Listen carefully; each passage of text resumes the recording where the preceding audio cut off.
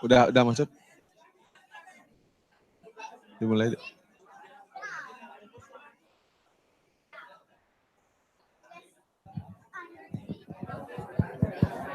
Bismillahirrahmanirrahim. Bapak Ibu sekalian, insya Allah pengajiannya akan dimulai. Jadi kalau masih yang ingin ngobrol-ngobrol, mohon bisa di luar ruangan supaya tidak mengganggu acara kita sekalian.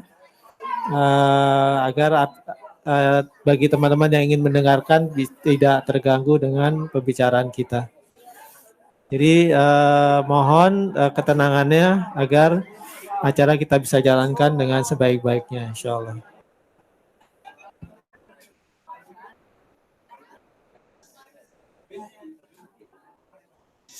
Ya, silakan. Bismillah. Assalamualaikum warahmatullahi wabarakatuh. Alhamdulillah. Allahumma salli ala alihi wa sahbihi wa sallimu taslima. Insyaallah Bapak-bapak, ibu-ibu, adik-adik, insyaallah kali ini pembahasan kali ini, kajian kita malam ini mengenai penyakit anak-anak, ya, mengenai penyakit anak-anak. Salah satunya, contoh misalnya, kenapa anak-anak lahir harus keiser, ya, kenapa terjadi keiser. Lalu kita membahas juga epilepsi pada anak-anak. Jadi beberapa penyebab yang utama, kan sekarang banyak sering ya kita dengar apa? Hiperaktif, apalagi autisme, apa? Oke, ADHD ya, bahasa Indonesia ADHD ya. Oke, agak susah. Oke, terus apa lagi? Kita berbicara masalah autisme juga, karena sekarang banyak terjadi autisme pada anak-anak, di mana banyak terjadi. Kapan kita bisa mendeteksi dini? Ini perhatian ya, bapak-bapak, ibu-ibu. Ini penting. Contoh akan dibahas bagaimana caranya mendeteksi dini pada anak-anak, kelumpuhan pada anak-anak. Bagaimana kita bisa mendeteksi kapan anak-anak nanti kita tahu bahwa anak ini kalau mulai jalan akan lumpuh, ya. Jadi kebanyakan kita kan melihat lumpuh itu setelah anak belajar jalan. Nah, kita bisa mendeteksi dini kapan anak lumpuh, kalau lumpuh itu ada dua jenis ya pada anak-anak. Kapan dia kalau jalannya jatuh ke belakang atau jatuhnya ke depan. Ya, ada dua jenis kelumpuhan. Nah, kita kaji juga nanti penyakit apa yang muncul kalau anak lahirnya keiser. Ini penting ya. Sekarang banyak terjadi orang-orang lahir keiser. Nah, kita kaji penyakit apa yang muncul, standar penyakit yang terjadi pada anak kalau dia lahir keiser ya. Lalu polio, apa itu polio? Karena selama ini kita berbicara penyebab polio apa? Virus. Kalau penyebab polio adalah virus, kenapa kakinya satu? Kenapa polionya hanya nyerang satu kaki? Kenapa enggak dua kaki? Kenapa enggak nyerang bapaknya? Kenapa enggak nyerang adiknya? Ya, nanti kita bahas apa itu polio. Ya, anak susah makan, demam. Kita coba membahas secara umum. Kita tidak tahu sampai berapa. Enggak mungkin kita bahas semuanya. Kita mulai pembahasan kenapa anak-anak lahir keiser, penyakit apa yang muncul? Ibu-ibu penting nih. Ibu-ibu ini penting, ini penting untuk ibu-ibu ya. Untuk bapak juga apa penyebab penyakit apa yang muncul, kelemahan apa yang muncul bila anak lahir keiser, bukan secara normal ya. Perhatikan. Di alam semua binatang lahir normal. Kucing kalau di alam binatang semuanya tidak ada lahir keiser. Semuanya bisa melahirkan dengan normal karena secara fitrahnya manusia lahir secara normal. Ini ya, coba saya akan bahas lahir keiser. Untuk membahas masa keiser, ibu-ibu perhatian ya. Ini penting nih, apalagi yang calon-calon dokter nih, ya. Jadi harus paham di sini, karena penyakit ini justru yang menggalakkan keiser itulah justru para dokter, ya. Sedangkan kita kembali lagi semua harus kembalikan kepada alam, ya. Saya akan bahas kenapa anak keiser dia berpenyakit, ya. Sambil contoh. Oke, saya mulai lagi ya. Sebelum saya berbicara keiser, pernah lihat kepompong, kupu-kupu? Ya, saya gambarkan ya. Kepompong itu kayak gini. Ya, kepompong seperti ini. Nah dia lubangnya apa? Kecil. Kepompong lubangnya kecil. Nah, kupu-kupu waktu di dalam besarnya seperti ini. Dia ikuti ukuran kepompong. Perhatikan. Ini ibu-ibu bisa kelihatan, ini kodenya ketutup kalau kecuali kalau mau ini ya. Tinggal kode itu buka aja. Ini penting nih untuk ibu-ibu nih. Biar nanti tahu minimal kalau ibu udah usianya udah di atas 50 minimal untuk anak-anaknya. Gimana caranya supaya anaknya nanti anak perempuan tidak melahirkan keiser ya. Dan apa penyakit apa yang muncul. Jadi tidak kaget nanti kalau penyakit keiser anak kok muncul ini. Ya, jadi kita tidak terlalu kaget dan oke. Lihat perhatikan, ini adalah kepompong. Kupu-kupu, Bapak bisa lihat ya. Kupu-kupu di dalamnya seperti ini. Lahir, ini lubangnya kecil. Untuk kepompong untuk keluar itu perlu waktu 1 hari. Dia berusaha untuk keluar. Nah, kepompongnya seperti ini. Nah, apa yang terjadi? Normal, kupu-kupu yang keluar nanti besarnya dia sebesar ini awalnya. Badan besar di dalamnya itu ya. Ini ada sebesar ini. Pas keluar, dia munculnya memanjang, kecil. Tapi kadangkala kalau kita bereksperimen, kasihan kan keluar panjang susah payah. Ini kalau seandainya ini kasihan nih. Ini kepompongnya kita apakan? Ini seperti ini, kita potong. Kita gunting. Ya, kita potong. Yang terjadi apa? Kupu-kupu yang keluar dia tidak kecil, tapi kupu-kupunya apa? Gemuk. Paham ya? Nah, kalau kupu-kupu ini, kalau dia lahir secara apa? Normal, lama. Tapi yang muncul nanti, kan dia, apa namanya? Mengecil kan? Cairan di kupu-kupu ini, dia pindah kemana? Perhatikan ya. Kupu-kupu ini pindah kemana? Ke sayap. Kurang besar ya. Jadi kalau seandainya badan kecil, cairan pindah ke sayap sehingga sayap bisa terbuka, ya. Tapi kalau yang ini, kupu-kupunya apa? Besar. Sayapnya dia mengkerut. Paham nih? Kira-kira yang bisa survive mana? Yang normal. Yang ini cairannya tidak ngalir ke sayap dan dia penuh cairan dalam badannya. Dia nggak lama juga mati. Kalau terjadi pada kupu-kupu. Nah sekarang bayangkan wanita yang lahir normal, dia ibarat ini. Lama prosesnya diperes. Kecil kan lubangnya? Kecil, diperes sehingga bayinya keluarnya kan kepala sendiri sampai nonjol. Rongga dada ini hanya terjadi seumur hidup. Rongga dada diperes. Kalau kupu-kupu cairan pindah ke sayap, kalau manusia diperes, kan kita hidup di mana kalau di air ketuban ya. Di air ketuban sehingga paru-paru penuh oleh cairan. Nah, kalau diperes, jadi seumur hidup tidak akan pernah terjadi. Nah, pas lahir tuh diperes. Diperes sehingga cairan di paru-paru bisa total keluar semuanya. Ya, cairan dari paru-paru akan keluar semuanya. Nah, yang terjadi di sini, kalau terjadi keiser, dipotong perutnya. Sehingga bayi lahir tanpa proses apa? Apalagi buat lubangnya itu supaya tangan bisa masuk juga. Jadi tidak hanya untuk bayi saja. Dibuka yang agak gede, besar, supaya tangan apa? Bisa masuk. Jadi lubangnya besar sekali. Ambil, bisa narik. Apa yang terjadi pada orang lahir normal, cairan di paru-paru dia akan ngalir semua, akan pindah.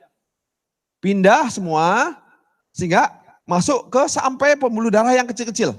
Semua terbuka semuanya, ya. Kasus ini. Jadi pembuluh kapiler dia terbuka. Cairan paru-paru kering. Tapi yang terjadi pada ini apa? Cairan tertinggal di mana? Paru-paru. Dan pembuluh darah tidak terbuka. Jadi tidak ada proses sampai darah itu akan pindah ke kapiler semuanya. Nah, penyakit apa yang muncul di sini? Biasanya yang terjadi, anak-anak di sini punya apa? Bronkitis. Bronkitis kan? Apalagi? Karena pembuluh darah tidak terbuka, tidak sampai kebuka sampai apa? Ke sayap-sayapnya. Ini seperti ini. Apa yang terjadi? Dia biasanya pembuluh darah ujung-ujungnya itu kering. Nah, dia akan punya penyakit apa? Kulit kering. Ya. Nah, kasusnya biasanya itu. Biasanya paru-paru lembab dan apa? Kulit kering. Nah, ini lihat, maka tuh saya kalau nangani bayi, kalau ada lihat tangan kering, saya tanya, saya cek. Pertama kalau nangani bayi, lahir gimana nih? Normal atau kesar? Nah, kalau kesar udah sebagian 80% memang tidak semuanya. 80% rata-rata kulitnya kering. Ya, kulitnya kering orang lahir kesar, ya, kering. Nah, itu sampai kapan?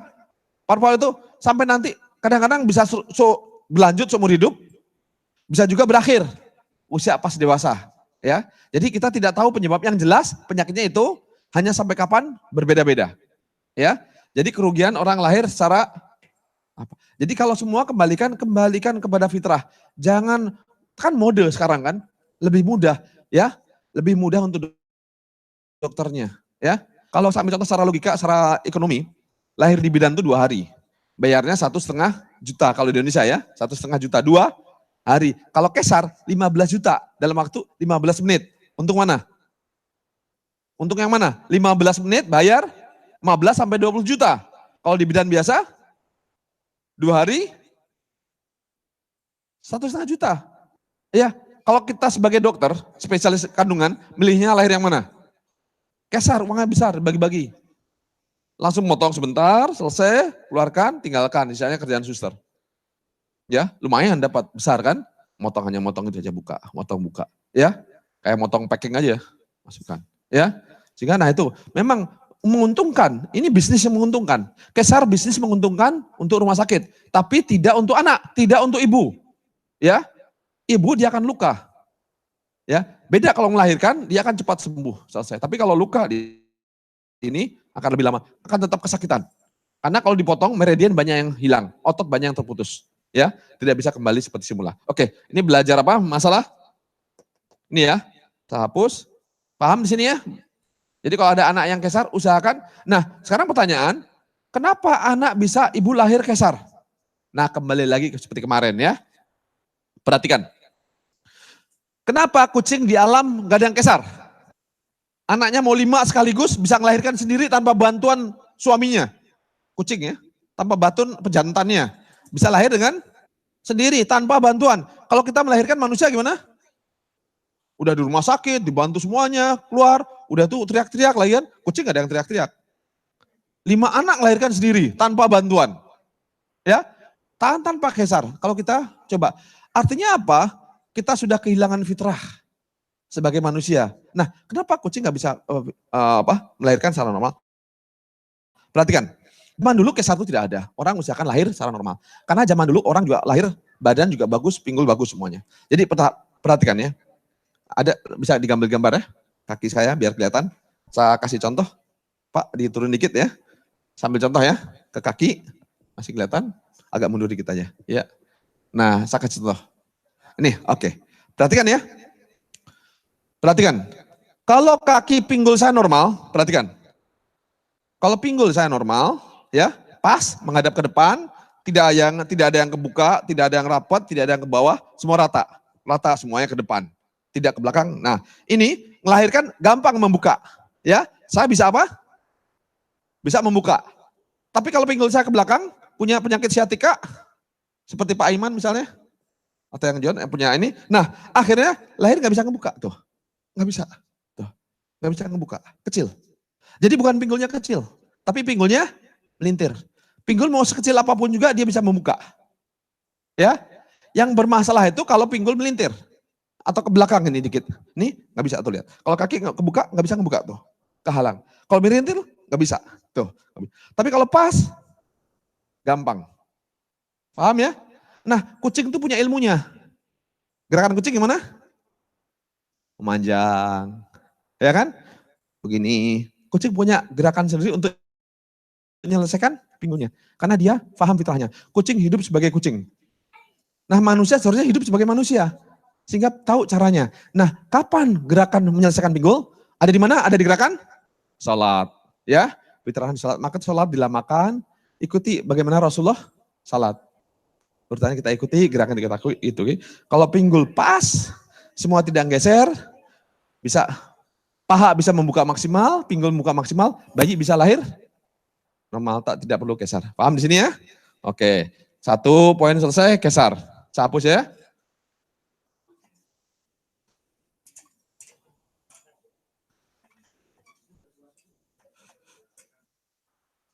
Ini bapak-bapak, ibu-ibu yang udah tua nggak apa-apa, yang udah kan minimal punya anak tuh. Ya Pak Jamroni itu ya. Pak Jamroni bisa untuk cucunya, bisa untuk istrinya juga kan, dua-duanya. Untuknya. Ya. Oke, ya. Oke. Paham di sini ya untuk Kesar. Selagi saya akan bahas di sini ya. Kira-kira untuk anak-anak yang apa? Yang polio. Ya. Banyak terjadi pada anak-anak polio. Sekarang selama ini polio penyebabnya apa? Virus. Sepakat seluruh dunia kedokteran penyebab polio adalah virus. Akhirnya kalau virus. Nah, oke, kita lurus. Pengalaman saya selama pada anak-anak yang terkena polio selama masih anak-anak itu masih dibetulkan. Udah dibetulkan. Jadi prinsip kayak gini. Sambil contoh, anak-anak yang belum pernah jalan, ada nggak memori jalan? Anak-anak yang belum pernah jalan, punya nggak memori jalan? Tidak ada. Tapi yang udah pernah jalan, punya memori jalan kan? Kalau saraf kejepit, sakit kan? Gimana dia jalannya? Dia akan tetap berusaha jalan. Karena ada memori, sakit walaupun sakit tetap jalan dia. Ya, semua yang sakit walaupun kena sciatica atau kena saraf kejepit, sakit, kena kram, dia akan berusaha maksimal untuk jalan. Tapi kalau untuk bayi yang tidak punya memori jalan, kaki sakit, dia nggak akan jalan. Kaki nggak akan digerakkan. Untuk apa? Sakit. Dibiarkan. Ya. Nah akhirnya apa yang terjadi? Kaki mengecil, tidak pernah difungsikan, akhirnya mengecil. Nah kalau sumsum dicek, banyak Pak jenis bakteri, benih virus, tapi bukan penyebabnya. Ada bakteri dan virus banyak. Ya. Sambil contoh kalau ruangan ini lembab, ya ingat ya, jamur itu hanya nebeng hidup tempat lembab, bukan penyebab kelembaban. Paham ya? Ikan itu nebeng hidup di kolam. Ikan nggak bisa bikin kolam, paham? Ya, ikan nggak bisa bikin kolam. Yang bikin kolam siapa? Kita. Kecebong nggak bisa hidup di apa? Nggak bisa bikin kolam. Tapi kalau ada cairan, ada air, dia bisa hidup. Paham ya? Jangan dibalik rumusnya. Ya, nanti. Nah, jadi jangan sampai dibalik rumusnya. Oh ini banyak menyebabkan banjir. Kan logiknya nggak waras. Paham di sini ya? Masa kecebong penyebab kebanjiran? Masa jamur penyebab kelembaban? Masa virus menyebabkan kelumpuhan? Paham ya di sini ya? Jadi saraf kejepit. Kalau saraf kejepit, paham nih ya, perhatikan. Kalau saraf kejepit, darah tidak ngalir, sumsum pun kering. Kalau sumsum kering, kaki lumpuh. Karena tidak mungkin ada sinyal. Untuk gerak motorik tidak ada. Motorik alurnya adalah sumsum. Kalau sumsum kering, tidak bisa digerakkan. Dia lumpuh, apalagi udah kering. Paham di sini ya? Jadi polio bukan penyebabnya oleh virus. Kalau masih pada anak-anak masih bisa diselesaikan. Saya banyak nangani anak-anak yang lumpuh. Ya, dilihat. Ada anak-anak yang pernah jalan. Bedakan, orang lumpuh terjadi pada anak yang ketahuan lumpuh setelah dia mulai belajar jalan, ketahuan. Ada juga lumpuh pernah jalan, lumpuh. Saya ceritakan 2 jenis lumpuh pada anak-anak. Ya, lihat. Lumpuh pada anak-anak ada 2 penyebab. Coba perhatikan, bisa ke kaki, saya lebih fokus pada kaki. Kepada kaki Pak, telapak kaki. Udah ya? Lihat, perhatikan telapak kaki saya. Ya. Nah, kaki itu untuk jalan, saya angkat dikit ya. Untuk jalan, kaki itu perlu, lihat ya. Kalau ke belakang, jadi kalau gini, dia siku-siku. Jadi kaki itu, maaf ya. Kaki itu kalau kaki gini dia nyiku. Kalau gini dia ke sini. Kalau jalan dia kalau di jinjit ya. Jadi kaki bisa juga kaki ke sini, ini ya lurus. Lurus gini ya.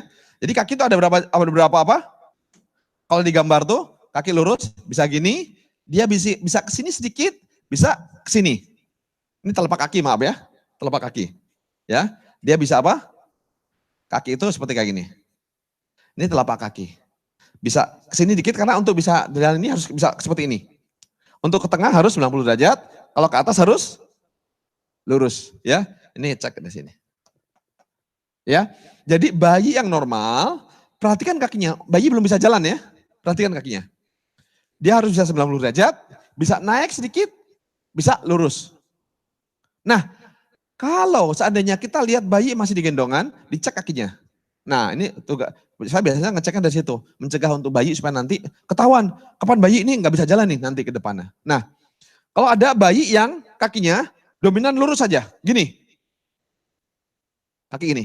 Nah, kalau kakinya jinjit lurus, dia ke atas kan nggak bisa.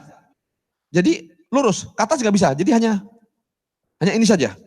Jadi gini. Ya. Nah, ini biasanya kalau jalan jatuhnya ke belakang terus. Ini kalau sampai tarik, ini ketarik dari belakangnya. Jadi belakang apa? Narik sampai kakinya sampai lurus. Nggak bisa ke atas karena narik sini. Ini kejadian kebanyakan kalau ada anak-anak kakinya lurus kayak gini, nah dia nggak bisa jalan. Nah, kalau seandainya duduk, dia duduknya pasti gini. Paham ya? Kalau ada bayi duduk, nggak bisa duduk sama sekali, nggak bisa kayak ini. Nah itu kalau seandainya nanti pas ini, dia lumpuhnya, pasti lumpuh. Lumpuhnya tuh duduk nggak bisa, kalau berdiri jatuhnya ke belakang. Nah untuk kasus-kasus kayak gini, kenapa dia sampai seperti ini? Jadi biasa kasusnya, kan bayi suka digendong nih. Bayi suka ini nggak? Suka apa? Gitu kan ke belakang. Kalau bayi mau bayi ya, bayi salah. Kalau bayi mau jatuh, kalau kita gendong mau jatuh, refleks kita apa? Kita apa kan? Kita tarik, tapi ngek. Kan jatuh mau jatuh. Yang kita pegang apanya? Depannya atau dia pahanya? Pinggulnya langsung kita tarik. Tak, tapi badan tetap jatuh. Jadi badan apa? Kaki ke belakang. Sehingga tulang duduknya apa? Ke belakang. Dia narik kaki. Ya, jadi bayi kalau ada bayi yang jalan gini, ya itu penyebabnya karena jatuhnya karena pas pernah digendong, dipegang, truk dan tidak ada yang mengembalikan. Dokter juga nggak ngerti. Ilmu rangka dokter nggak belajar, mereka belajar nama-nama, tapi tidak belajar fungsi apa penyimpangannya. Nah, ini fatal. Jadi kalau saya serang kepada adik-adik kedokteran, hati-hati kalau belajar dokter, jangan belajar sastra kedokteran. Ya, karena nih kita lebih arah sastra kedokteran. Bukan ilmu pengobatan. Ya, berbeda di sini. Coba kalau nama penyakit mereka hafal. Tapi kalau tidak ilmu, coba selesaikan. Nah, munculnya bahasa lagi.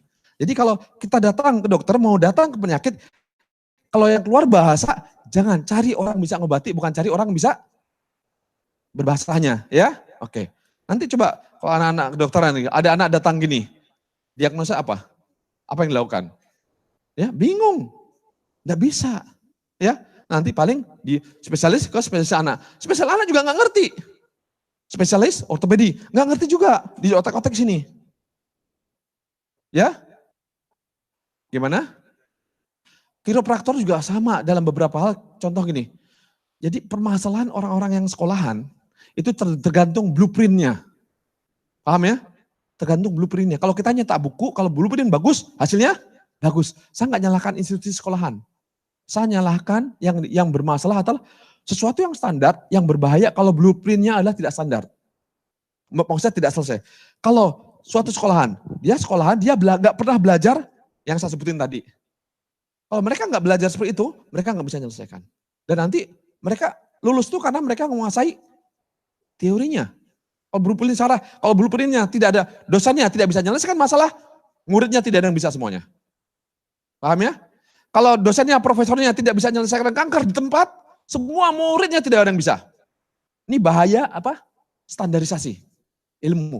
Memang bagus standar, tapi kalau ujungnya tidak tahu, bawahnya tidak tahu semuanya. Paham nih? Epilepsi tidak bisa menyelesaikan, semuanya tidak bisa menyelesaikan. Ya, seluruh dunia seperti itu. Saraf kejepit, nggak bisa menyelesaikan, bisa. Ya, nah kita bukan salahkan ilmunya, kita salahkan nggak menyelesaikan masalah. Ya, bukan dia menguasai teorinya, bukan. Kita butuhkan adalah solusinya. Oke. Nah, tadi udah bayi, paham ya? Jadi kalau ada bayi yang kakinya gini, pasti pantatnya apa? Ke belakang. Solusinya apa? Nah, kalau saya solusinya yang kaki seperti itu, saya kembalikan posisi dengan posisi tertentu kalau ada contohnya lebih gampang. Jadi kalau bayi duduknya apa? Kayak gini. Nah, nanti kaki udah saya ajari kemarin ya. Nanti kalau diluruskan lagi kayak posisi ruku, nah nanti bayi bisa duduk gini. Kalau udah bayi bisa duduk normal gini, dia bisa jalan. Tinggal kalau belum pernah jalan, dia belajar jalan lagi. Paham ya?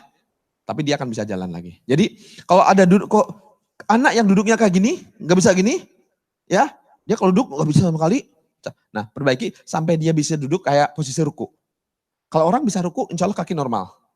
Kalau orang rukunya nggak bisa sama sekali, ada orang dewasa rukunya hanya gini. itu bermasalah. Kalau pas berdiri pasti gini, ya. Oke, paham ya? Ini masalah orang yang kakinya lurus. Ada lagi satu bayi yang kakinya kalau dipegang ini bukan seperti ini, tapi kakinya sampai apa? Sampai bisa sampai ke sini. Normal kaki itu hanya segini saja, 90 derajat, nambah dikit. Ini normal. Tapi kalau ada bayi, kakinya bisa sampai tinggi sekali. Sampai apa? Ke sini. Nah, hati-hati. Berarti dia kalau kaki seperti ini, dia nggak bisa dipanjangkan. Jadi apa? Dia akan jalannya, dia akan jatuh kalau jalan, jatuh ke depan. Ke depan terus. Nah, tipe kayak ini, ibu-ibu perhatikan ini berhubungan dengan ibu juga nih ya. Salah satu perhatikan ya. Nah, kalau kaki yang apa? Yang dia kasusnya naik seperti ini. Sehingga nanti kalau pada anak-anak, dia tidak bisa apa? Cenderung jatuh ke depan. Dia akan kencengkan. Nah, tipe yang jalan kayak gini. Ya, ini. Jadi kita bisa mendeteksi dini pada anak-anak. Kapan anak terjadi kelumpuhan. Nah, ini terjadi kalau dua kaki. Kalau terjadi satu kaki bisa. Kalau dua-duanya lumpuh. Kalau sakit satu kaki nanti jalannya apa? Ya, pincang. Diseret. Nah, nanti kalau hanya satu kaki, mereka nyebutnya polio. Yang ini juga sama polio. Yang enggak, kalau nggak langkah beda lagi. Kalau terjadi pada anak, mereka nyebutnya polio. Kalau udah gede, udah besar namanya penyakit MS, multiple sclerosis pada otot, kelemahan otot. Namanya multiple sclerosis, namanya autoimun. Jadi nama tergantung apa? Ya sesuka mereka ngasih namanya. Padahal sama-sama saja. Jadi pada anak terjadi kelumpuhan, karena terjadi pada kelumpuhan, disalahkan apa yang ini? Virusnya. Tapi kalau udah besar, yang salahkan imunnya. Autoimun. Jadi semua penyakit gak mungkin selesai kalau kita nyelesaikan autoimun. Karena imunitas terlalu tinggi. Jadi kalau badan begitu lemah, ingat ya, kalau badan begitu lemah, gak bisa apa-apa, tubuh berusaha untuk menyelesaikan apapun dikerjakan tubuh untuk bisa apa? Survive. Nah, disitulah tubuh memproduksi imun yang tinggi. Jadi orang kalau udah mau lumpuh, berat sekali, dia memproduksi imun yang tinggi. Jadi imunnya tinggi. Nah, permasalahan yang muncul imun tinggi mana dulu? Lumpuh. Hampir lumpuh, menghasilkan untuk berusaha menyelesaikan masalah. Jadi imun naik penyebabnya karena tubuh begitu lemah. Karena nggak selesai dia memproduksi lebih banyak untuk bisa menyelesaikan masalah. Jangan dibalik. Oh ini kalau imunitas tinggi, berproduksi, menghancurkan ototnya. Menghancurkan darahnya. Ya kalau tiru gitu mah mudah bikinnya ya. Salahin aja yang lain. Kecuali solusi. Ya. Kita tidak perlu menyalahkan yang salah siapa? Bukan virusnya. Bukan imunnya. Ya. Bukan ini nggak bisa, bukan sebutin nama. Akhirnya bukan kasih nama. Nama tidak memberikan solusi. Yang kita cari apa? Penyebabnya di mana? Selesaikan masalahnya. Paham nih ya, terjadi anak-anak terjadi kelumpuhan ya? Oke, kita masuk lagi. Mudah-mudahan kita bahas sampai yang kita sampai bahas ya. Kalau kasus banyak. Ini bisa memahami kasus ini? Kelumpuhan ya? Oke, berikutnya lagi. Nah, nanti gimana tindakannya? Ya, yang paling gampang itu ada kasusnya, ya dikerjakan. Mudah-mudahan ke depan nanti saya akan buat videonya, contoh-contoh. Anak-anak yang ini lumpuh kayak gini, solusi kayak gini. Anak yang akan ini solusi kayak gini. Akan dibuat videonya. Karena waktu di Belanda kemarin alhamdulillah saya banyak menyelamatkan anak-anak. Ada sekitar 10-an. Anak-anak yang kaki gini, pada bayi ketahuan. Nah kalau untuk bayi kaki yang apa? Kaki yang jatuh ke depan, ya itu biasa cirinya, anak yang bahkan lumpuh, ciri-cirinya, kan kalau bayi biasa bicara, biasa nangis kan ya. Kalau ada bicara bayi, nah gitu berkali-kali, nah dia akan lumpuh yang kendor. Akan jatuhnya ke depan. Paham ya? Karena lehernya apa? Ketarik. Ada juga bayi yang lehernya gini kan? Ke belakang. Ya, ada yang seperti itu. Jadi kita lihat, jadi hati-hati kalau ada bayi itu serahkan. Kalau zaman dulu ada namanya paraji. Ya, paraji itu tahu kan dukun beranak. Nah sekarang udah punah. Rata-rata yang memiliki ilmu itu rata-rata usia udah 80-an ke atas. Banyak yang udah meninggal. Anak muda nggak ada yang mau belajar ke paraji.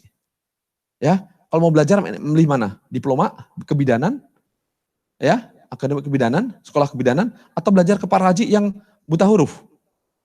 Anak muda belajar kemana? Kebidanan. Sehingga ilmu-ilmu tua itu bukannya nggak mau, karena generasi mudanya nggak ada belajar. Jadi terputus generasinya. Saya kalau mau belajar cara muter bayi, sebenarnya harusnya ibu-ibu kerjaannya, muter bayi, menyelesaikan apa? Ini pinggul segala macam, belajar dari apa? Orang-orang usia 80 tahunan, 90 tahunan. Kalau udah selesai, mereka meninggal, udah selesai, terputus, hilang ilmunya, dibawa mati. Nah yang rugi siapa? Kita. Kearifan lokal hilang. Ya, dan kita belajar kedokteran. Oh ini kirim ke sini. Jadi dokter tuh bagi-bagi rezeki. Ini masalah ini selempar sini. Ini ke sini. Ini ke sini nggak ngerti. Ujungnya udah lumpuh. Ya, jadi dokter pembagiannya nggak jelas. Kasih ini udah nggak ngerti. Ini masalah nggak ngerti saraf. Kasihkan dokter saraf. Dokter saraf nggak ngerti saraf. Spesialis bedah saraf. Kalau saraf nggak ngerti, bayangkan berani ngebedah. Padahal nggak ngerti saraf. Yang terjadi apa? Cacat. Maka tuh orang paling banyak kalau nanti ke depan jangan sekali-kali anak suruh belajar bedah saraf. Saya paling marah kalau bedah saraf. Ya, karena mereka kebanyakan keras kepala dan gak mau dibetulkan. Padahal uangnya besar. Kalau saya menyebutkan ini biar masuk sekalian, nggak apa-apa ya. Sebarkan orang lihat. Orang paling jahat bedah saraf. Mereka nggak ngerti tapi berani motong. Ya, sampaikan ini. Mudah-mudahan sampai berita ini ke mereka. Takutlah pada Allah. Kasihan anaknya yang dipotong-potong. Orang tua dia akan seumur hidup cacat. Karena mereka, coba bayangkan, orang saraf kejepitan nggak bisa menyelesaikan dengan tangan. Mereka mainnya dengan pisau. Paham ya? Kalau para pendekar zaman dahulu, kalau orang yang luka, lumpuh segala macam dengan tangan. Bukan dengan pisau. Saraf logikanya bukan dengan pisau. Saraf itu tulang belakang. Logikanya dengan, luruskan dengan tangan, bukan dengan pisau. Pisau itu untuk nyembelih binatang, bukan untuk motong-motong saraf. Nah ini berbahaya sekali. Ya, mudah-mudahan kita dijauhkan, dilindungi oleh Allah anak-anak kita, jangan sampai jadi bedah saraf, karena kasihan, orang paling jahat. Dan mudah-mudahan menjadi tobat sampai berita ini. Ya, kalau enggak belajar, sajari sarafnya. Nah setelah itu boleh apa yang dibedah. Jangan main bedah orang masih hidup yang utuh dibedah, dipotong-potong. Ya, oke. Udah sekarang paham ya masalah lumpuh ya? Oke. Sekarang apalagi masalah anak-anak yang paling sering terjadi? Nah, oke. Saya ini kan lagi mengenai bedong. Untuk anak-anak bedong, untuk anak-anak di bedong, ya perhatikan. Saya ulang lagi, karena saya sudah bercerita berkali-kali, apa itu manfaat bedong. Nah, bedong itu saya kasih contoh ya. Kalau bayi, ini banyak terjadi. Jadi di kemarin saya terangkan, nah ini, binatang itu ada dua permasalahan. Ada kendor, ada kencang. Kalau kendor itu, orang kalau kendor kalau sakrumnya masuk ke dalam. Bayi kalau tidak bedong lahir tidurnya gimana? Gini kan? Kayak buka. Jadi pinggulnya apa? Terbuka. Kalau kaki tangan ini sakrumnya gimana? Masuk. Tulangnya gini. Jadi apa lihat, perhatikan. Kalau anak yang tidak dibedong, tidurnya gimana? Dari atas pertama. Tulangnya gimana? Kan kayak gini kan? Berarti ini masuk. Rongga dada sempit. Paham? Terus kaki apa? Ngebuka. Kalau kaki ngebuka berarti pinggul ngebuka. Lemah. Ya. Terus apa lagi? Kalau gini, ke sini tulang ekornya yang apa? Masuk. Udah, maka tuh lihat. Pertama banyak penyakit terjadi karena anak-anak tidur dibiarkan tanpa dibedong. Ya. Kalau selama gini tiap hari 500 hari, 360 kali berapa? Kali 2 tahun kali 2 berarti 700-an. 700 hari tidur gini terus. Apa yang terjadi? Dia ngebentuk. Terserah nanti kalau udah gede penyakit boleh. Kayak penyakit sekarang kekendoran, kekencengan. Silakan mau milih, mau rematik atau otot kendor. Atau jadi penyakitnya semua penyakit. Karena hilang kearifan lokal di bedong. Zaman dulu di semua bangsa dimanapun juga semua di bedong. Kapan bedong hilang? Kapan bedong hilang? Semenjak kedokteran barat di atas. Jadi ingat kedokteran barat tidak lama. Belum 100 tahun. Ya, ada anak baru gede ngelarang semuanya. Ini jelek. Karena apa? Di bedong membuat tangan gak bisa gerak, kaki gak berkembang. Mereka lupa. Tulang itu dalam maka itu kalau kembali kepada Quran, tulang ada berapa jenis?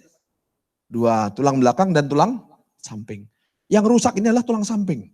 Ke sini, sehingga berpengaruh. Tulang belakangnya, rongganya sempit. Ini masuk. Kaki ngebuka. Sehingga kalau dalam menjadi sempit. Nah inilah penyebab asma pada anak-anak. Ya, kalau ini kebuka, kaki kebuka, satu. Nah ini jadi kaki, jadi pendek kaki. Ya, kaki menjadi pendek. Kalau kebuka itu artinya kaki pinggul menjadi pendek. Nah, ini menyebabkan sering sakit kepala. Sakrum masuk, kendor sekali. Banyak, kalau udah sakrum kendor, semuanya kendor semuanya. Ya, nah dengan adanya kita di bedong, kaki diikat, tangan diikat, lihat, kan diikat dipaksa gini, lurus, pinggul apa? Menghadap lurus ke depan. Sakrum akan keluar. Rongga dada melendung, kuat. Kapan bayi bisa gerak? Yang gerak adalah tulang belakang. Dia bisa bergerak semuanya. Nah, disinilah tulang belakang kuat. Dia pada tempatnya sehingga ini apa? Kalau kekendoran, ini kalau saya tekan kendor, kenceng. Jadi akan terhindari ini. Dia dosnya itu pas kayak gini. Jadi kenceng, bisa tegak, bisa goyang. Ya, jadi kayak gini. Jadi pas ini. Nah, ini kalau dosnya dalam manusia adalah di pinggulnya dan tulang ekornya. Ya, nah kan bisa tekan. Oke, paham di sini ya? Oke, jadi kalau di bedong itu untuk bermanfaat untuk ke depan, kembali ke kearifan zaman dulu. Yang ribuan tahun diterapkan, ilmu itu hilang karena kesombongan anak baru gede kedokteran barat yang baru muncul, belum ada 100 tahun. Yang salah bukan barat, yang salah umat Islam, tidak memimpin. Seharusnya kita umat Islam itu guru dalam apa? Kedokteran, bukan pengikut. Akhirnya karena ilmu bukan berdasarkan dari Quran, bukan berdasarkan wahyu, acak-acakan. Ya, di sini. Oke, sekarang ini fungsinya bedong. Oke, polio sudah, lumpuh sudah. Nah, sekarang mau saya cerita demam dikit ya. Demam. Pada anak-anak, ini penting ini. Pada anak-anak, tidak sering ya, pada anak-anak, demam itu ceritanya panjang. Kalau demam nanti akan saya bahas secara umum ya, secara khusus demam. Karena demam itu panjang. Ini materi khusus demam ya. Nggak akan saya bahas di sini untuk anak-anak. Saya kasih contoh kecil saja. Demam. Pada anak-anak demam. Kalau kita berbicara demam, kita kembali kepada konteks yang Rasulullah katakan bahwa demam tidak boleh mencela demam. Ya. Terus ada lagi hadis, demam dari api neraka. Ya. Uap api neraka, bagaimana hilangkannya dengan air. Ya. Jadi api sifatnya apa? Panas, kering. Air, dingin, lembab. Bedakan ya, dingin, lembab, panas, kering. Jadi berlawanan. Jadi salah satu untuk menurunkan panas dengan air. Jadi panasnya dengan air dinginkan, keringnya dengan lembabnya. Ya, jadi kita cari. Nah, dari hadis ini akan muncul ilmu namanya panas, kering, lembab, dingin. Ya, dan campuran seperti apa. Jadi ada ilmu khusus mengenai ini. Jadi apa? Saya kasih contoh aja ya untuk ini nanti dari hadis ini akan muncul ilmu. Ini panas ya, ini panas ya, maaf, ini panas ini dingin, ini sebentar, maaf ini kering, lupa lagi. Air tuh dingin, ini lembab, ini kering, ini dingin panas. Api itu di sini, air di sini, tanah di sini, angin di sini. Nanti dalam kedokteran Islam dari hadis itu muncul ilmu ini. Ya, cara selesaikan kalau panas kering, solusinya pakai apa? Dingin dan lembab air. Oke, kita tidak membahas ini. Saya membahas yang demam pada anak-anak ya. Maaf, nanti kejauhan. Maaf, kembali lagi ke ini ke semula. Perhatikan, anak-anak tuh kalau mau berkembang dari berbaring, dia mau tengkurap, demam dulu. Dari tengkurap mau merangkak, demam lagi. Mau tumbuh di gigi, demam lagi. Mau apa? Ya kan nyebutnya lah, mau pinter kan? Mau dari duduk, mau ke berdiri, demam.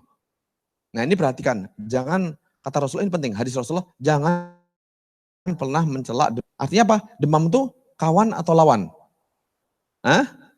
Kawan. Tidak boleh mencela demam.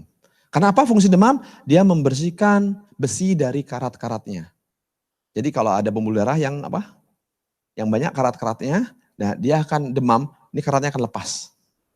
Darah yang kental dia akan cair. Jadi akan membersihkan pembuluh darah. Ya, oke. Saya terangkan ini. Pernah lihat apa? Pembuluh darah apa? Pentil yang ditiup. Ya, kan itu mainan tuh, yang pembuluh pentil tiup panjang, kita buat boneka-boneka kan ya. Nah, kadang-kadang ujungnya masih apa? Masih kayak pentil kan? Maaf ya. Kayak gini kan ya. Kalau ditutup panjang, terus kadang-kadang ujungnya masih apa? Kecil, masih utuh. Jadi harus apa? Ditutup lagi. Ya, oke. Manusia kalau lahir, sambil contoh, bayi dari duduk mau berdiri itu ada otot baru yang mau muncul. Bedakan ya, otot berbaring sama otot berdiri itu berbeda. Berbaring, duduk, berdiri itu ototnya berbeda. Paham ya?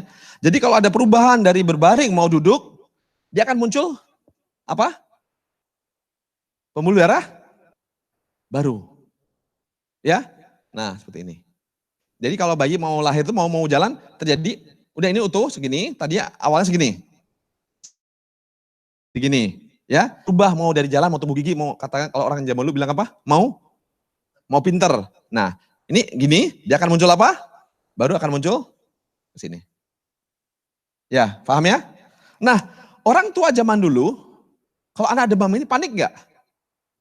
Orang zaman dulu, bukan sekarang. Kalau sekarang bawa ke dokter.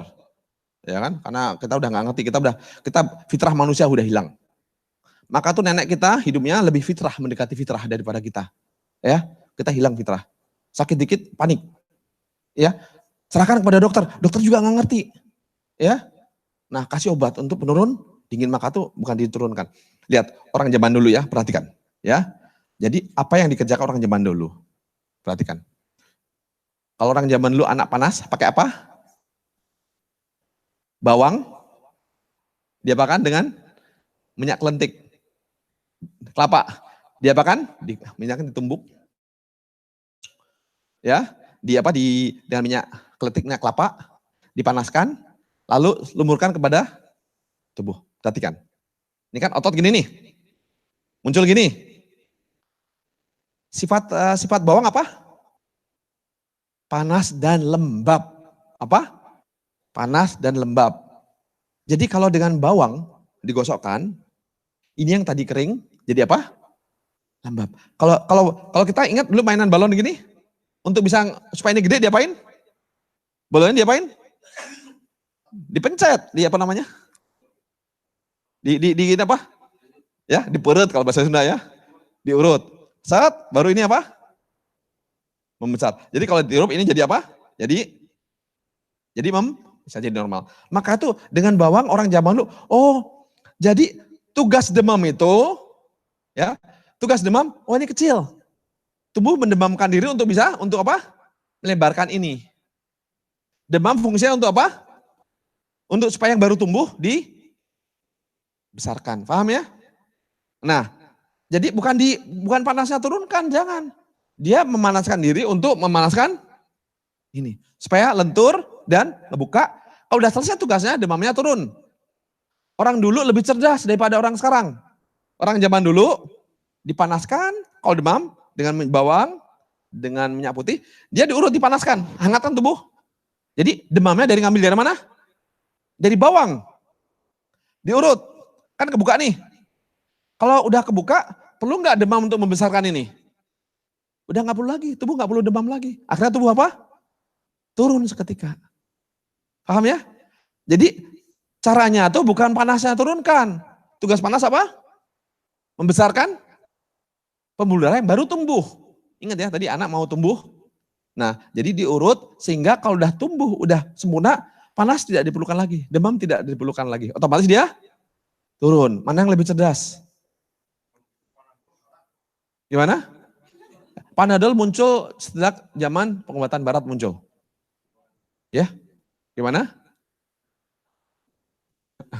Ya, jadi kalau kita sekali pakai obat kimia akan terus seumur hidup pakai obat kimia. Ya, dan ketergantungan. Kita tahu bahwa tidak ada obat yang sifatnya racun. Racun bukan dimasukkan tapi dikeluarkan. Ya, nanti berbeda prinsip jauh sekali. Oke, paham di sini ya mengenai demam pada anak ya? Oke, saya nggak berbicara, yang penting hanya anak yang mau tumbuh saja ya. Karena demam bahasanya panjang sekali. Saya mengambil yang ini saja. Oke. Sekarang apa terjadi lagi yang pada anak? Udah selesai ya? Kesar udah selesai. Epilepsi udah, belum ya. Polio selesai, bedong selesai. Lumpuh udah saya terangkan. Demam sudah. Tidak makan, tahnik. Autis. Tahnik, coba. Apa itu tahnik? Tahnik? Hah? Dikunyah oleh siapa? Kalau contoh dikunyah oleh Rasulullah atau orang yang kita akui kesolehannya. Oleh ayahnya atau kita cari orang lebih soleh. Ya, karena di dalam pertama kali, dalam apa? Ini kan ada enzim ya. Nah kalau kenapa dianjurkan orang yang soleh? Karena orang yang soleh mudah-mudahan dengan enzimnya itu dia bersih dari makanan haram ya. Orang soleh terjaga makanannya, mudah-mudahan yang pertama kali masuk itu adalah air liur orang yang soleh. Maka tuh seperti cucu Rasulullah yang mentahnik siapa? Rasulullah, bukan Ali, tapi Rasulullah, ya, Hasan dan Husain. Nah, jadi kita cari orang lebih soleh untuk itu. Nah, sekarang ke tahnik. Jadi tahnik itu pertama anak lahir yang kita berikan adalah gula. Jadi pertama gula yang kita berikan pada anak, dan madu juga boleh. Jadi ingat ya, kalau kita kan serang terpaku, madu tidak boleh untuk anak-anak. Kan itu udah tertanam di kepala kita. Ini udah pola yang tertanam. Padahal di dalam Quran, madu untuk obat untuk siapa? Syifaul linnas, obat untuk manusia. Sekarang pertanyaan, bayi masuk ke golongan manusia enggak? Ya kan? Ya udah, berarti untuk semua ukur. Tidak ada ukuran kecuali untuk bayi 1 sampai 1 tahun. Jadi bayi bisa dipakai untuk madu. Jadi daripada dikasih susu sapi, lebih baik kasih madu saja. Ya. Oke. Gimana? Oke. Nah, saya ingin ngebahas di sini kalau berhubungan dengan bayi, kita sering berbicara masalah apa namanya? Kita sering berbicara masalah, coba gini ya, saya terangkan lagi bahwa kebutuhan bayi itu kan bayi apa namanya, ngisap ibunya itu tergantung jumlah giginya kan ya. Jadi susu dikeluarkan tergantung rangsangan anaknya. Kalau anak masih bayi belum ada gigi, yang keluar berbeda sesuai dengan bayi itu. Kan bedaan mulut bayi nih. Kita bicara bayi ya, jelas ya, bayi. Tekankan. Jadi bayi, kalau bayi baru lahir nggak ada apa-apa, sedotannya berbeda. Sehingga rangsangannya berbeda, yang dirasa ibu, tubuh tahu responnya. Dia memberikan air susu untuk sesuai yang jumlah gigi anak itu. Kalau lebih gede lagi, lain lagi. Maka tuh jumlah ibu susu yang diberikan tuh berbeda waktu 1 tahun dan waktu lahir dan 2 tahun. Berbeda nutrisinya, tergantung bentuk giginya. Ya, maka itu kalau gigi dipompa sama apa? Itu hasilnya nggak keluar. Hasilnya sesuai dengan pompanya. Ya, sesuai dengan jenis pompa. Dia nutrisinya tergantung jenis pompa. Ya, maka itu susu itu keluarnya tergantung jumlah apa? Jadi kalau ada bayi, ada 2 bayi nih. Yang satu ibu menyusui 2 anak. Ya, usia berbeda. Satu baru lahir, satu tahun. Nah, kalau disedot ama yang baru lahir, keluarnya berbeda. Kalau di saat 1 tahun yang keluar, berbeda. Maka itu dalam Islam, yang ada itu ibu susuan. Ibu susuan. Ya. Nah, di sini ibu susuan, jadi ibu susuan selalu sunnah yang hilang. Karena Rasulullah kan disusukan. Itu Sadiah ya. Nah, disusukan oleh itu. Jadi setelah kalau seandainya, coba ibu-ibu kalau beli susu, ini yang ibu tahu harga ya, susu bubuk. Susu bubuk untuk anak-anak biasa 1 bulan habis berapa? Yang pengalaman di Indonesia. Kalau pakai susu bubuk. 2 kiloan. 2 kilo sebulan. Nanya ibu aja deh, bapak nggak jelas. Ibu berapa kilo rata-rata? Apa? Nggak sahih ibu, bapak mah. Ibu lebih tahu? Apa? 1 kaleng harganya berapa? Berapa? Sekilo? Ya. Oke. Nah, kalau nggak salah enggak mahal lah susu itu. 120 murah banget, hampir sekilo. Susu sapi ya, bukan cair ya. Bubuk. Oke, ya. Nah, gimana? 150 ya per kaleng itu isinya berapa kilo? Sekilo ya? Oh gede ya, murah juga. Oke, nah oke, kembali lagi kepada masalah di sini ya. Apa? Gimana? 290.000 besar. Oke, jadi 290, jadi sekilonya kira-kira 350 lah ya. 350. Nah, bayangkan kalau ibu susuan itu kebanyakan nyusunya tidak 1 anak, tapi beberapa anak. Ya, jadi satu bulan habisnya berapa? Anak yang 2 tahun ya, yang agak gedean dikit. Berapa kira-kira jadinya? Kalau katakan 750 ya. Jadi 750 per anak. Satu anak. Kalau nyusui 3 anak, berarti 2 juta. Ya, 3 anak. Daripada TKI di luar negeri lebih baik jadi ibu susu. Kalau ibu susu, dia tidak hanya dapat uang segitu, tapi dia dapat makan juga. Kalau anak kita dititipkan kepada ibu susuan, kita ngejaga nggak makanan ibunya? Ngejaga, nggak mau makanan yang apa? Hanya Indomie doang. Mau nggak anak kita disusui ibunya makannya Indomie aja? Nggak mau kan? Kasihnya apa? Yang baik-baik kan ya.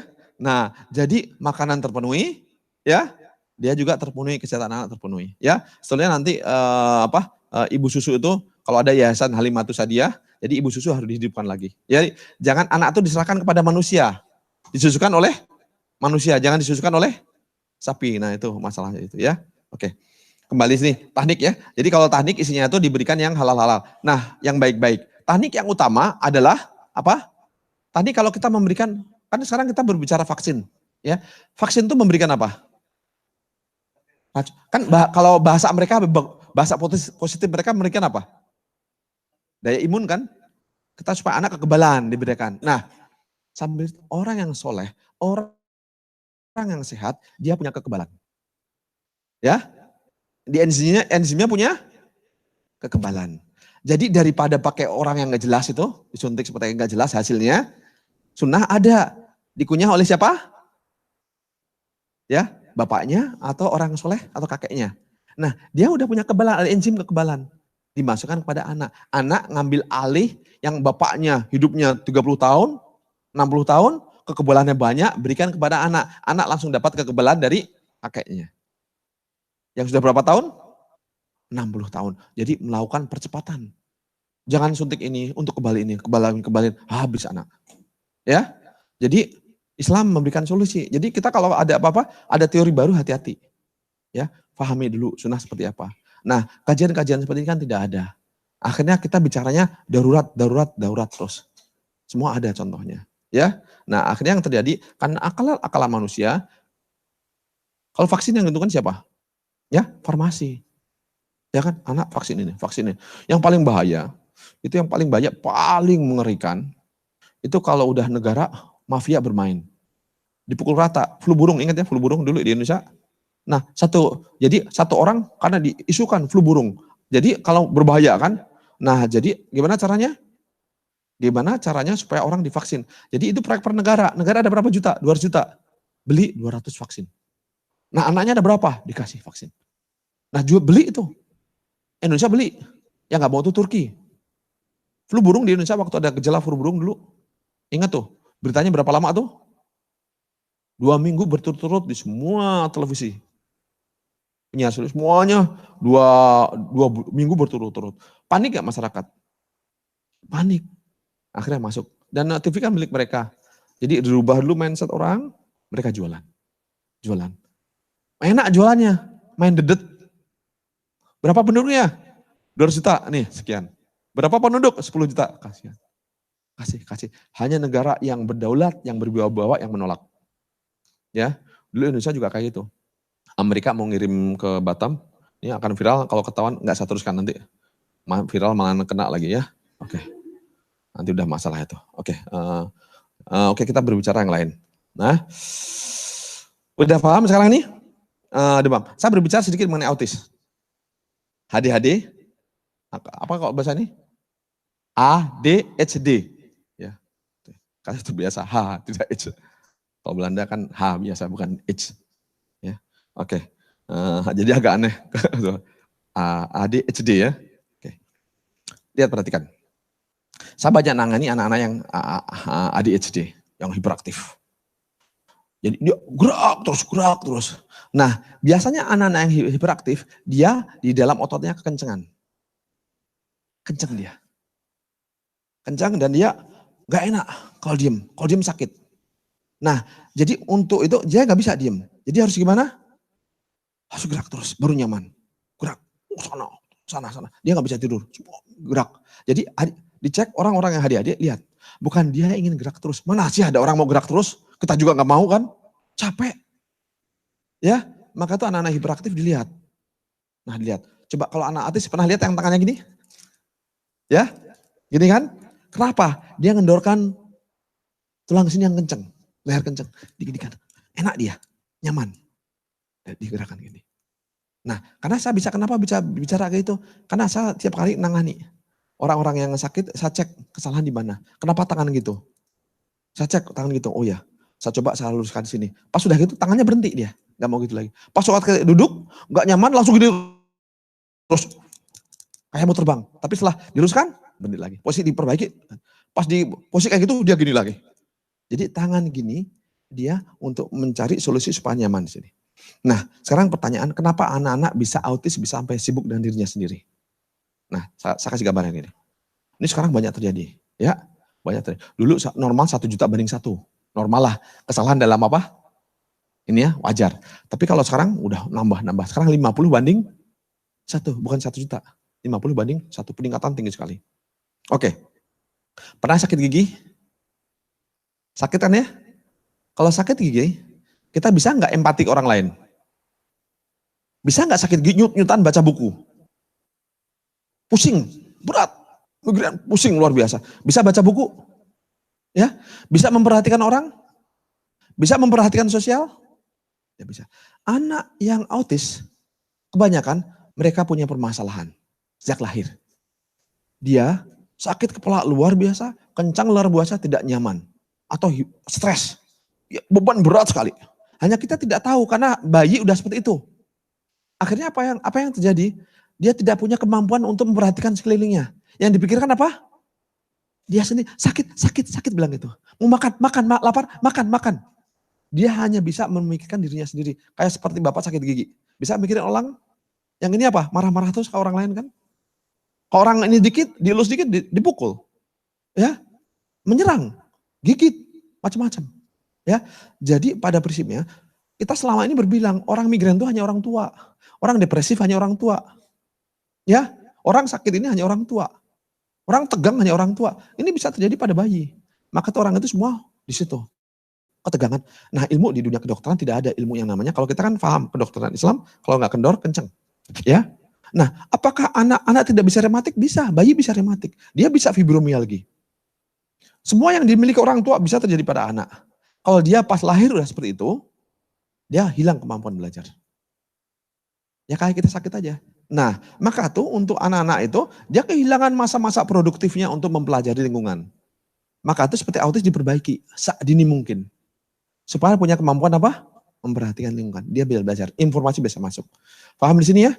Nah, kenapa anak tidak bisa sampai terus selama hidup dia seperti itu? Dia lambat sekali untuk sosialnya, lambat sekali.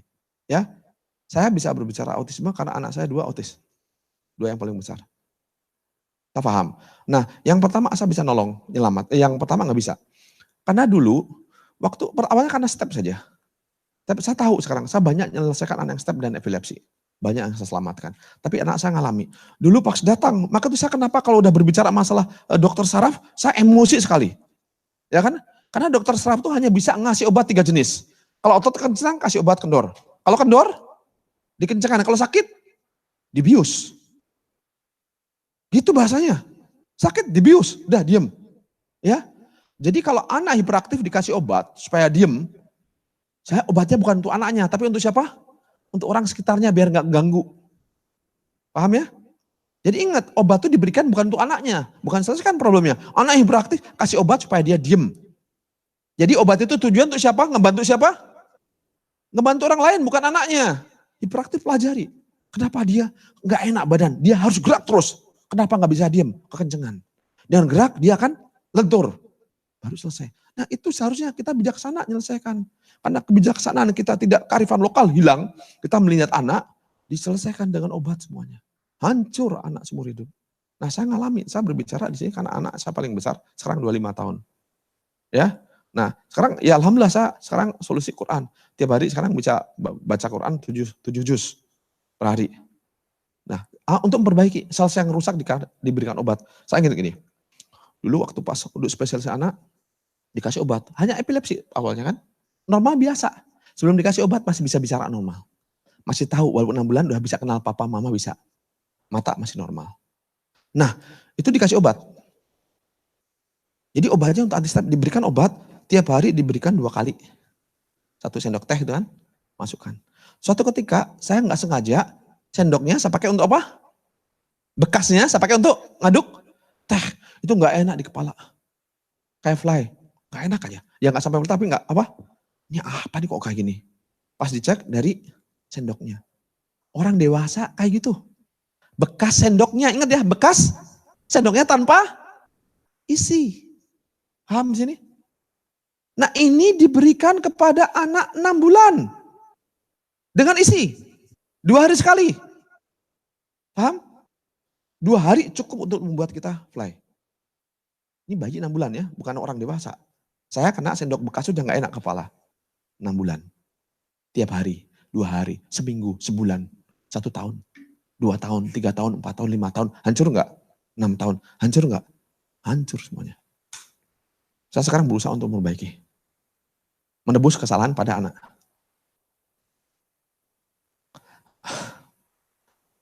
Nah, maka dari itu, saya belajar sih kalau saya emosi, maaf. Karena saya tahu persis apa yang mereka lakukan. Yang dilakukan oleh mereka adalah menakut-nakuti kita. Sehingga kita nurut mereka. Hanya siapa yang bisa takut-takuti, bisa tipu, hanya orang bodoh, penakut. Tidak ada ilmu yang bisa takut-takuti. Paham di sini ya? Nah, maka itu saya bertekad sebagai itu. Anak saya rusak boleh. Saya bertekad. Nah, yang lain harus selamat. Jangan sampai menjadi korban lagi. Di sini ya. Yang autis, epilepsi bisa selesaikan mudah. Saya banyak menyelesaikan anak-anak epilepsi. Ya, mudah sekali. Kalau kita kembali kepada Quran. Alhamdulillah yang kedua saya tidak mau. Ada ini, pakai dia. Alhamdulillah sekarang udah besar, yang kedua bisa menikah normal, ya. Nah, jadi yang hanya saya tidak tahu karena kekurangan karena saya tidak tahu menyelesaikan epilepsi dia normal. Nah di situ. Jadi epilepsi kalau salah nanti akan saya bahas epilepsi sedikit ya untuk mengkompletkan ini. Jangan sampai kita terjebak dengan perangkap-perangkap mafia barat sehingga anak kita menjadi korban. Di sini ya. Oke. Jadi alhamdulillah saya bisa menyelesaikan karena kemarahan yang ada. Tapi kemarin saya rubah menjadi hal yang positif. Jangan sampai anak lain menjadi korban. Saya terlanjur. Ya. Karena saya tidak tahu. Saya ditakut-takuti. Ini kalau nggak dikasih obat ini nanti jatuh, kebentur kepala, geger otak, lebih bahaya. Kan luka nggak nyambung. Orang epilepsi itu kalau energi lemah, sedang demam, epilepsi di rumah, nggak mungkin jalan. Kalau dia demam, ya nggak mungkin kita ajak jalan-jalan, simpan di rumah tidur. Paham kan ya? Mana ada orang demam sakit jalan-jalan keluar. Nah logikanya menakutkan. Kalau nggak akan gini, nanti akan gini. Kita takut. Ingat ya, hanya setan yang menakut-nakuti. Allah menjanjikan maghfirah, harapan, bukan nakut-nakuti. Nah ini hati-hati kalau ada orang menyebab kita dengan ketakutan, dia masuk golongan setan. Kalau siapapun dia, mau dokter, mau profesor, walaupun agama Islam, dia mengikuti sistem yang salah, dia menakut-nakuti kita dengan sistem setan. Ya, jangan pernah melakukan tindakan karena takut. Ya, nah ini kesalahan kita di situ. Dan mereka nakut-nakuti. Orang kemo itu seperti kemarin saya cerita kayak orang Mongol disembelih satu-satu. Padahal lari bisa, karena mereka takut. Bodoh, sembelih satu-satu. Pas pedangnya tumpul, tunggu, pedang saya tumpul, saya ngambil pedang baru lagi. Orang Islam tetap ngantri, sabar untuk disembelih satu-satu. Begitulah orang kemo. Sabar nunggu, gak berani lari, gak berani cari yang lain. Takut. Di kemo satu-satu, udah mati, kemo mati. Tuh betul kan kalau kamu gak kemo aja mati, apalagi gak kemo. Nah disitu. Jadi hati-hati di sini jangan pernah ngambil langkah karena takut. Ya, karena intinya racun itu bukan dimasukkan, racun harus dibuang dari tubuh, bukan dimasukkan ke dalam tubuh. Satu, paham di sini? Oke. Jadi di sini ADHD, autis, paham di sini ya? Autis terjadi pada anak-anak karena kita tidak tahu, tidak bisa mendeteksi. Ya, ya. Jadi kita kan kesalahan kedokteran sekarang tidak bisa mendeteksi dini karena hilang nilai manusianya, hilang fitrah sebagai manusia. Diserahkan kepada mesin. Orang-orang kearifan lokal yang dulu masih fitrahnya manusia masih kuat, di-cut, dibuang. Sehingga semua dengan alat dan modern dan teori-teori yang menjejali kita, membohongi kita semuanya. Ujungnya apa? Semua penyakit apapun juga pakai obat. Yang untung siapa? Farmasi. Nah ini penemukan luar biasa. Apapun penyakitnya. farmasi harus untung. Ya, nah itu diciptakan terus. Nah saya tidak tahu, bisa jadi saya akan menyebarkan ilmu itu. Kadarlah saya pertama kali ngisi-ngisi di Melbourne, ya mudah-mudahan kalau seandainya terjadi pada apa-apa saya, maka saya akan cepat mengajarkan. Kalau sebelum nyawa Allah cabut atau orang lain yang mencelakakan. Ya, jadi mudah-mudahan ini ilmu akan nyebar terus. Bismillah. Oke, paham autis di sini ya? Kenapa anak terjadi autis? Ya, oke bisa selesaikan. Nah, ADHD penyebabnya udah paham ya? Karena penyebabnya dia ada kekencangan yang membuat dia hanya nyaman kalau dia terus gerak. Kalau diam, sesek, gak kuat. Nah, kalau orang dewasa, jadi orang dewasa namanya, kalau udah gedenya namanya panic attack. Kalau panic attack pada orang tua yang kenceng, nah dia meledak, dia bisa normal lagi. Tapi kalau anak-anak nggak ngerti dia. Nggak tahu apa yang salah. Nampaknya tuh, saya kalau ada anak-anak yang kalau sedang nangani orang tuanya, anaknya lari terus loncat, diam, kita ganggu kan. Udah sini, sampai selalu. Saya cek kenceng sekali, saya kendorin. Udah dikendorkan, udah selesai, nyaman dia, udah suruh duduk, dia diam. Karena tubuh udah nyaman. Dia nggak perlu lagi untuk gerak. Siapa sih mau orang anak yang mau gerak terus? Udah capek tuh. Loncat, lari, teriak, wah gitu, capek. Udah selesaikan, jangan dan obat lah. Dan obat tuh yang tenang kita, anaknya hancur. Ya. Jadi obat penenang untuk menenangkan yang lain, bukan menenangkan anaknya. Ya. Itu berbahaya sekali. Jadi cari penyembuh, sabar. Kita kaji. Oke. Udah adik-adik udah selesai ya. Ini tadi sudah. Nah, satu lagi ya. Anak tidak mau makan. Pada prinsipnya anak-anak yang tidak mau makan, anak ngompol ya, anak suka ngompol juga. Jadi kalau ini perhatikan, kalau anak tipenya jam berapa sekarang? Jam 10 ya, jam 10 kita tutup ya. Anak kendor, ini kendor seperti ini. Kalau semuanya kendor, ada selak-selak semuanya, kendor, goyang semuanya. Ini kandung kemih juga kendor. Dia nggak punya kekuatan apa? Nutup, kendor. Jadi udah ada kisi penuh, close. Dia nggak bisa kontrol, dia nggak bisa neken. Kalau tidur, apalagi tidur kan kendor relax kan, dia nggak bisa kontrol, kencing, nggak bisa kontrol. Ya, nah maka itu saya kalau di Belanda nangani anak-anak yang suka kencing, saya kencengkan saja. Tipe kendor dikencengkan, ini dikentang, pinggul dikentang, sakrum dikeluarkan, terjadi kenceng, udah latih, kalau udah gede, ada anak 9 tahun masih ngompol terus. Udah perbaiki, nah udah selesai, nah besoknya tuh anak tuh kaget. Kok bisa saya nggak ngompol? Ya kan? Cek berikutnya, nggak ngompol juga. Udah seminggu nggak ngompol. Nah ngasih kabar saya, biasa nulis di Facebook kan. Nah udah. Jadi pada bersima anak-anak ngompol tuh kencangkan. Sehingga dia bisa kontrol. Pas tidur tetap kenceng. Orang pas ada yang kalah sedang main ngompol itu lebih parah lagi. Nah kalau tidur kan kendor relax. Dia nggak ketahan keluar. Ini volume metodenya terbalik sama orang yang prostat. Ya, prostat kekencengan. Sehingga kenceng tuh susah. Udah keluar masih nahan. Dikit-dikit ya, kebalikan sama prostat. Nah maka itu untuk, seperti kemarin contoh Pak Ostra, ya kan, prostat sakit, kencing susah. Nah yang udah operasi masih berdarah lagi. Ya. Kita lihat kan, udah kelihatan, oh ini kekencengan, kenceng sekali. Lutut sudah susah dilipat saking kencengnya. Napas berat, ya, napas berat. Leher kenceng, tangan juga kesemutan. Nah kita perbaiki dengan posisi sholat, dia melakukan sendiri. Dia itu suruh kencing. Apa yang kemarin ceritanya? Ingat, Pak Ostra, setelah kencing normal, habis, tuntas. Tanpa sakit langsung keluar, tuntas, nggak keluar lagi sampai habis. Ya, jadi prostat bisa selesaikan karena kekencengan, cepat. Paham ya? Jadi penyakit pada anak-anak bisa terjadi pada bayi semuanya. Ya, kalau kita kemampuan mendeteksi itu bukan dengan MRI, dengan ronsen, dengan lain enggak. Kita memeriksa manusia dengan fitrah manusianya. Ya, kembalikan fitrah kita kepada manusia, kita bisa nangani masalah. Oke ya. Nah terakhir saya mau bicara epilepsi. Mudah-mudahan setelah epilepsi kita tutup ya. Kadang enggak, udah jam 10. Epilepsi. Kalau kita berbicara epilepsi, kita kembali kepada prinsip, kemana ada apa? Ada 4 prinsip, 4 anatomi utama dalam Quran. Apa? Alaqah. Terus? Mudghah. Izoman. Fakasona izoman lahman. Nah epilepsi terjadi di mudghah. Mudghah itu apa kemarin? Jantung. Terus apa? Ini pembuluh darah besar. Pembuluh darah yang besar lah ya. Terserah namanya nanti mau apa, itu tergantung bahasa ya. Terus apalagi pembuluh darah pembuluh darah. Nah, ini sama pembuluh kapiler. Nih perhatikan ya, saya akan bahas ini. Wah, ini lepas nih, jadi nggak bisa dikencengin lagi nih. Oke. Perhatikan jantung, pembuluh darah besar, pembuluh darah kecil. Jadi kalau epilepsi berhubungan dengan darah, sirkulasi darah, ya. Alaqah darah, mudghah itu sistem pembuluh darah. Oke. Jantung siapa yang ngatur? Otonom. Dia kerja. Intinya tugas jantung sampai satu sirkulasi. Dia memompa sampai darah berputar. Ya, dari jantung masuk ke seluruh tubuh, masuk paru-paru ke jantung lagi. Ya, ke jantung ke paru-paru jadi urusannya selalu kayak gitu, ya. Tugas jantung muter darah. Nah, jantung. Jadi ini sifatnya otonom, nggak bisa diatur-atur. Kalau pembuluh darah besar, siapa yang ngatur? Otot. Pembuluh kapiler, saraf. Paham ya? Nah.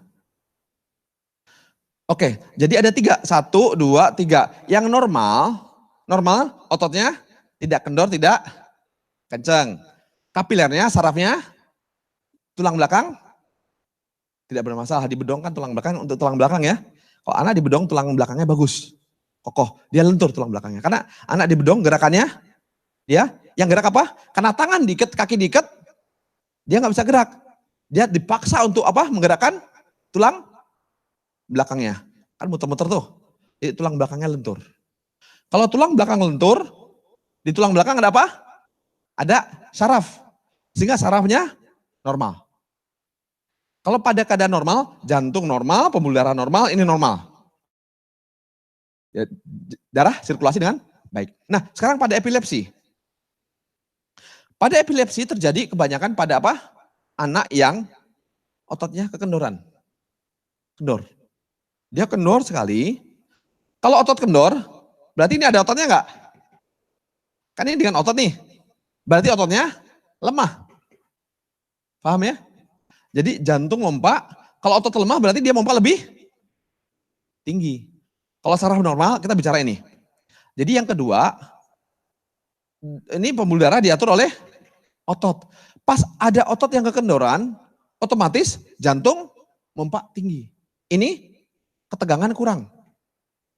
Jadi ini normal, jadi jantung kerja naik terus. Tapi semakin maka tuh pada anak-anak pas dia sedang sakit, tipenya kendor, sakit kan lemas berarti. Kalau anak sakit pembuluh darah tambah, orang sakit otot tambah kendor tambah kenceng. Tambah kendor. Ya. Terus tambah demam. Demam tambah kendor enggak? Tambah kendor. Nah, akhirnya ini kurang tenaga. Berarti kerja yang paling berat siapa?